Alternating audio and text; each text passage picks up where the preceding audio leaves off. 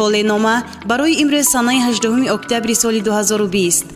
حمل در این روز با مسئله‌های مالیوی مشغول شدنشان لازم است. رویخط خراجات خود را ترتیب دهید. امکان صرف نمودن پول را یافتنتان لازم است. نفران کلانسال نباید با روی افتادگی به اندیشه‌های مخصوص طبع خود را خیره سازند. این به سلامتی آنها بی تاثیر خواهد بود.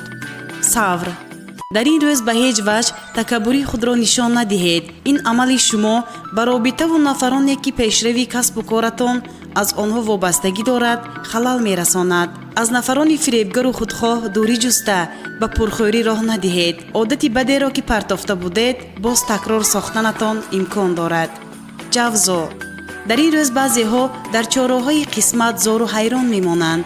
برای آنکه در مسئله‌های مهم پاسخ درست داده توانید، عقل سالم را به کار برید و به مصلحت نفرانی که تصورات ندارند گوش ندهید. در این روز چیزهای کهنه و نادرکار را پرتافتنتان لازم است.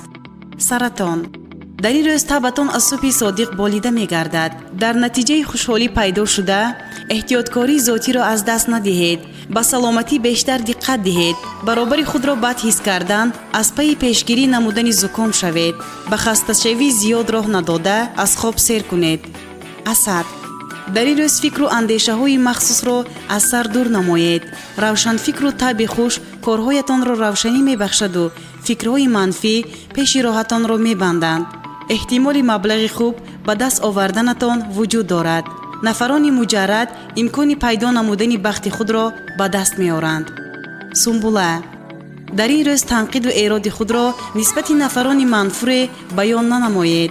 برای آنکه در نظر اطرافیان دغل و گستاخ ننمایید، در حال وضعیت را اصلاح کنید. از خود قهرمان نسازید و کسی را نیز جانبداری نکنید. در دوام روز نفر پیدا می شود که از مشکلات جدی رهایتان می کند. میزان در این روز به کسب و کار خود تغییرات وارد ساختن می خواهید. حادثه های رخ داده سببگار فشار سبک روحی می گردند. سبب های دیگری که باعث تشویش و اضطراب شما می گردند فریبدهی، رفتار شخصی دوست داشته‌تان و نارسایی پول است. وضع سلامتی خود را زیر نظارت گیرید. عقرب در این روز نقشه و نیت های خود را به کسی نگویید. خطر دیگری شما را تهدید می کند. نیروی خود را در کارهای نو استفاده برید. نفران اویلدار را لازم می آید که به مناسبت های مالیوی نگرانی وارد نمایند. مال و اشیای درکاری را با نرخ ارزان دسترس نمایید.